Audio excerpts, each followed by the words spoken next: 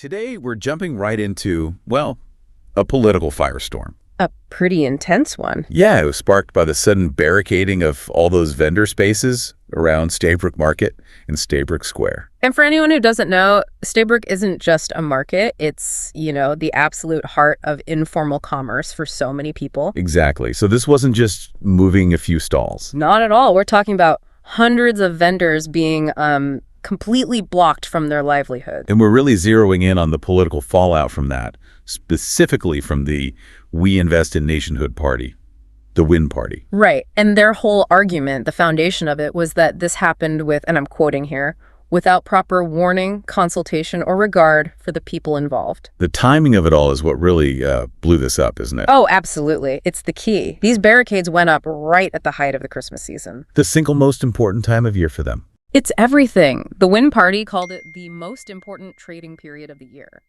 For many of these people, the money they make now decides if they're stable for the next 6 months.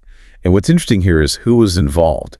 It was the Ministry of Local Government and the Office of the First Lady. Right, which suggests, a coordinated push for some kind of urban beautification or order. But the WIN Party framed it very differently. They immediately called it heavy-handed and insensitive. And a direct interference, I think, was the term, with people's ability to just earn an honest living. It's that classic tension, What do you mean? Well, the government talks about sanitation and public safety, but the opposition sees it as pushing the poor out of sight for better optics. So the WIN Party came out with some very specific demands. They did. Immediate and pretty non-negotiable. So what were they exactly? First, get rid of all the barricades right now. Okay. Second, let the vendors stay where they are and keep doing business straight through the new year.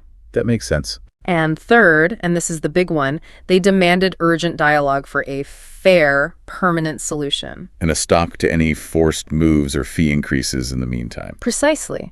And MP Azruddin Mohamed even put his own name on it, saying he'd personally sit in on those discussions to represent the vendors. And this is where the political temperature really spikes. It really does. Mohammed's language was incredibly strong. He said he was horrified. Horrified. And then he flat out called the government heartless for not caring about the daily struggles of its people. Wow. And he didn't stop there. He used this specific incident as a launch pad to talk about a broader suffering under what he called an increasingly heartless and authoritarian government. He even called on people to stand up against a dictatorship government. I mean, that's a huge escalation. A massive escalation. It frames this whole thing as a clash of visions. Right.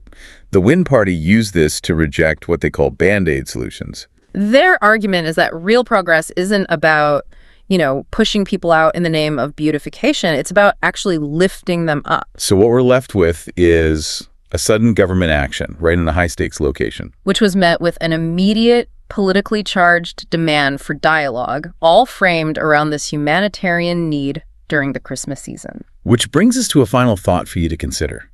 The WIN Party says its long-term goals are things like a national plan, skills training, dignified working conditions. Yeah.